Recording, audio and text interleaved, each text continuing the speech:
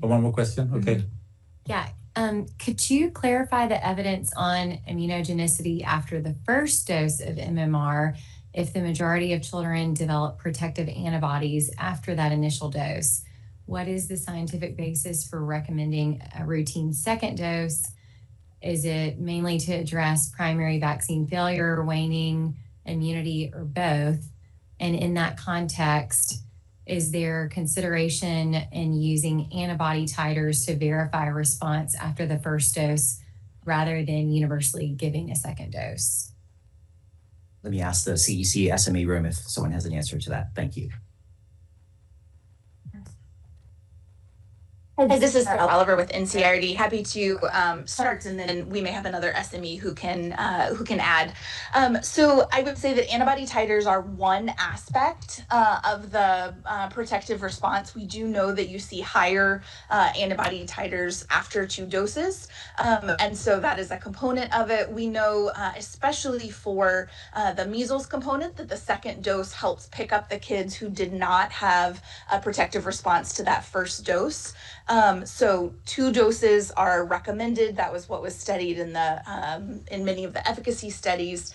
And we know that 2 doses provides that additional protection overall. And do you have the percentages? So if you want to pull up extra slide 15.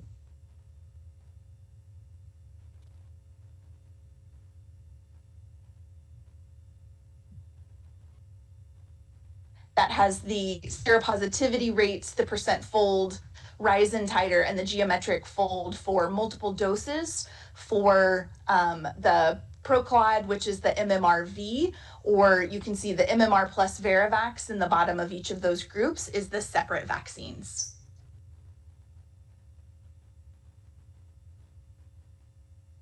Do you have any from the primary? This is after the second dose. Do you have any after the primary dose? The sero uptake?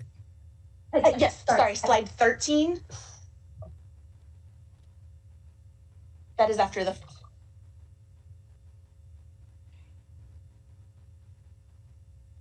Pretty good uptake.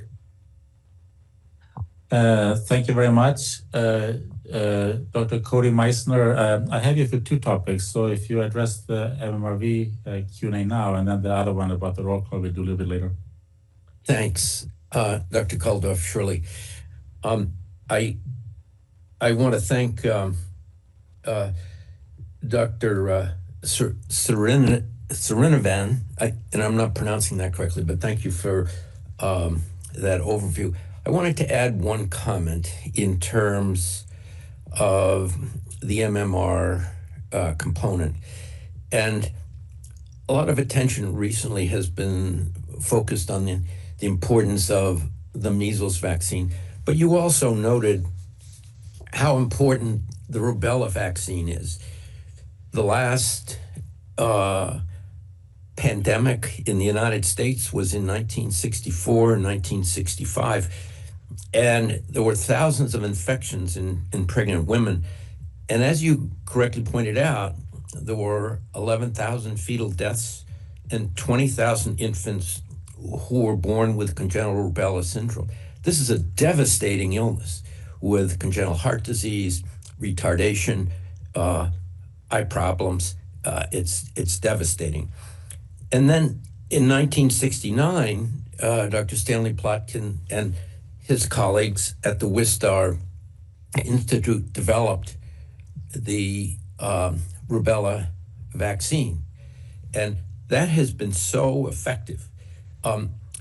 There are usually in recent years, fewer than 5 cases of congenital rubella a year in the United States.